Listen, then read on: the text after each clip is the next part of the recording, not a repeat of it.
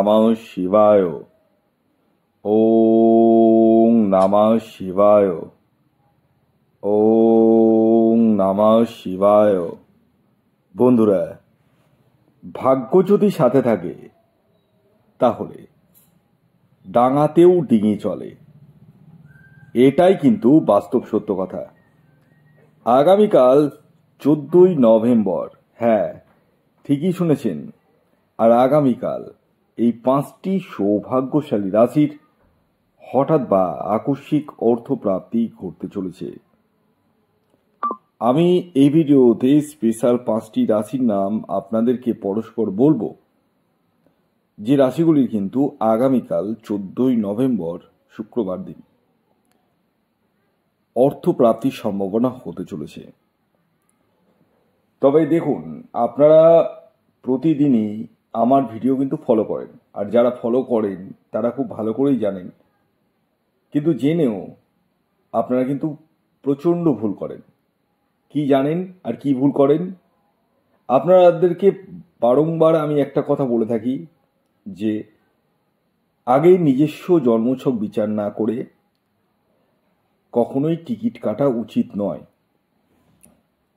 এটা আমি বারংবার 365 দিন আমি বলে থাকি, কিন্তু বিষয়টা হচ্ছে আপনারা অনেকেই, প্রত্যেকে না, অনেকেই কিন্তু জিনিসটাকে ওভারলুক করেন, এবং ওভারলুক করে আপনারা একটা সময় আসে যখন কিন্তু অ্যাস্ট্রোলজারের কাছে যান।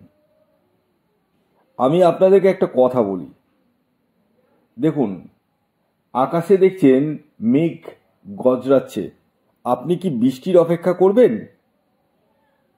না আপনি তাড়াতাড়ি ঘরে এসে ঢুকবেন? বা আপনার বাড়িতে ধরুন ছাদ নাই, ত্রিপাল দেওয়া আছে, ঠিক আছে, বা টালির ঘর আছে, ঠিক আছে, এবার অনেক জায়গা থেকে টালির ঘরে দেখবেন অনেক জায়গা থেকে জল পড়ে, তো আপনি কি যে জায়গাগুলোতে জল পড়ছে বা পড়ে সেই জায়গাগুলোতে আপনি ত্রিপাল লাগাবেন, না আপনি দেখবেন যে না আগে বৃষ্টিটা তো হোক, মুষলধারে বৃষ্টি তো হোক, দেখি?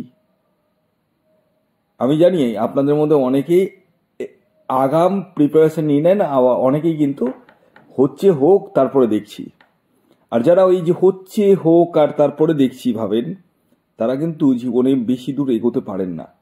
খুব দায়িত্ব নিয়ে বলছি, আমি দেখেছি যে, আমি নাম উজ্জ্বলেকে বলছি, আমার এক আত্মীয়র কথাই বলছি। ওর বাড়িতে যে বাসনপত্রগুলো আছে, অনেক বাসন তেবড়ে গেছে, তুবড়ে গেছে, তাও চালাচ্ছে। এমনটা ভাববেন না যে সে কিনতে পারে না, সে ভাবে যে আমার টাকাটা তো খরচা হয়ে যাবে, তার থেকে যতদিন চলছে চলুক না, যেদিনকে ফুটো হয়ে বাসন থেকে জল পড়বে সেদিনই কিনবো, তাই না? তো এরকম মানসিকতার লোক অনেক আছে, ঠিক আছে? তা আমি আপনাদেরকে বারংবার একটা কথা বলি, নিজের জন্মছকটা বিচার না করে প্রপার এক্সপার্ট অ্যাস্ট্রোলজারের কোনো গাইডেন্স না নিয়ে টিকিট কাটাটা উচিতই নয়। এবার আপনারা বলতে পারেন যে আপনি আপনার ফায়দার জন্য বলছেন, না না, আমার কোনো এখানে ফায়দা নেই, আমার এখানে কোনো ফায়দা নেই। আমি আপনাদেরকে বলছি, আপনারা আপনাদের পছন্দসই কোনো এক্সপার্ট অ্যাস্ট্রোলজারকে দেখান না, অসুবিধা নেই, আমাকেই দেখাতে এরকম ব্যাপার নেই। দেখুন, সবারই কাছে আমি যে ভালো হয়ে যাবো তা নয়, আর সবারই কাছে আমি খারাপ হবো তাও নয়, এটা আমার মাথায় রাখবেন। সবারই কাছে আমি ভালো, সবারই কাছে আমি খারাপ, কখনোই কিন্তু হয় না। কিছু জনের কাছে আমি খুব ভালো, কিছু জনের কাছে মধ্যম, আবার কিছু জনের কাছে আননেসেসারি আমি খারাপ। এটা শুধু আমার ক্ষেত্রে না, এটা আপনার ক্ষেত্রেও। দেখবেন অনেকেই আপনাকে খুব ভালোবাসে, অনেকেই মানে নাক সিটকায় আপনাকে দেখে, আবার অনেকেই কিন্তু আপনাকে মানে যেটা মর্যাদা দেওয়ার সেই মর্যাদাটা দেয়। তো এরকম ভাগে এই পৃথিবীতে মানুষ রয়েছে। তো ব্যাপার হচ্ছে, আপনাদেরকে তো অনেক এক্সাম্পল বা গল্প শুনে বললাম, যারা বোঝার তারা বুঝে গেছেন, আর যারা বোঝেননি তাদেরকে আর বুঝতেও হবে না। আপনারা যেভাবে চলছেন চলতেই থাকুন।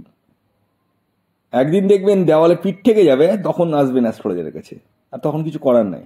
তখন মানে ফার্স্ট রেজাল্ট কিন্তু পাবেন না। খুব দায়িত্ব নিয়ে বলছি। আমি বারংবার বলছি, আগে নিজের জন্মছক বিচার করুন, প্রয়োজনে রাহু রক্ষা কবচ নিন। আর রাহু রক্ষা কবচ যে প্রত্যেকের ক্ষেত্রেই কম্পালসারি লাগবে তা নয়।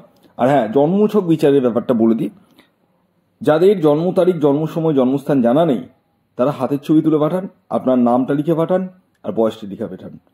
এই যে স্ক্রিনে যে হোয়াটসঅ্যাপ নাম্বার দেখছেন, এই নাম্বারে আপনারা মেসেজ করুন। কল করার কোনো দরকার নেই, প্রচুর জন কল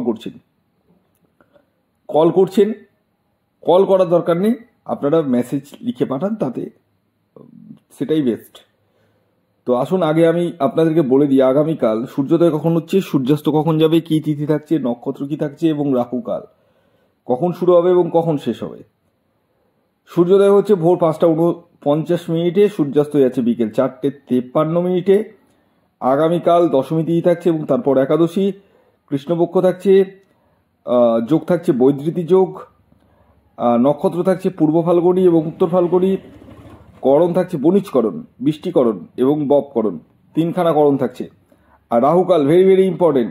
রাহুকাল শুরু হচ্ছে সকাল 9:58 থেকে 11:21 পর্যন্ত। সকাল 9:58 থেকে 11:21 মধ্যে কোনো ধরনের টিকিট কাটা বলুন, কোনো কিছু কেনাকাটা বলুন, কোনো কিছু কিন্তু করা যাবে না। এবার আসুন আমি একে একে আপনাদেরকে 5টি রাশির নাম বলছি, যার মধ্যে প্রথম যে রাশির নাম বলবো সেটি হচ্ছে মিথুন রাশি। মিথুন রাশির জাতক ও জাতিকা যদি আপনি হন, তাহলে আগামীকাল আপনারা হতে পারেন মহাকোটিপতি। আগামীকালের আপনাদের যে ইন জেনারেল টার্গেট নাম্বার বলবো সেটি হচ্ছে 5। দ্বিতীয় যে রাশির নাম বলবো, যে রাশি আগামীকাল 14 নভেম্বর শুক্রবার দিন হঠাৎ বা আকস্মিক অর্থপ্রাপ্তি করতে চলেছে, সেটি হচ্ছে বৃশ্চিক রাশি। বৃশ্চিক রাশির জাতক ও জাতিকা যদি আপনি হন, তাহলে আগামীকাল আপনারাও হতে পারেন মহাকোটিপতি। আগামীকালে আপনাদের ইন জেনারেল টার্গেট নাম্বার হলো 9। এর পরবর্তী 3 নম্বর যে রাশির নাম বলবো, যে রাশি আগামীকাল 14 নভেম্বর শুক্রবার দিন হঠাৎ বা আকস্মিক অর্থপ্রাপ্তি করতে চলেছে, সেটি হচ্ছে বৃষ রাশি। আগামীকালে আপনাদের ইন জেনারেল যে টার্গেট নাম্বার হলো সেটি হচ্ছে 6। এর পরবর্তী 4 নম্বর যে রাশির নাম বলবো, যে রাশি আগামীকাল 14 নভেম্বর শুক্রবার দিন হঠাৎ বা আকস্মিক অর্থপ্রাপ্তি করতে চলেছে, সেটি হচ্ছে কুম্ভ রাশি। কুম্ভ রাশির আগামীকালের ইন জেনারেল টার্গেট নাম্বার হলো 8। এর পরবর্তী সর্বশেষ যে রাশির নাম বলবো, যে রাশি আগামীকাল 14 নভেম্বর শুক্রবার দিন হঠাৎ বা আকস্মিক অর্থপ্রাপ্তি ঘটতে চলেছে, সেটি হচ্ছে মকর রাশি। মকর রাশির জাতক ও জাতিকার আগামীকালের ইন জেনারেল টার্গেট নাম্বার হলো 4। ভিডিওটি কেমন লাগলো অবশ্যই জানাবেন। যদি ভিডিওটি ভালো লাগে অবশ্যই লাইক করে দিন, শেয়ার করে দিন, সাবস্ক্রাইব না করে থাকলে সাবস্ক্রাইব করে পাশের বেল আইকনটি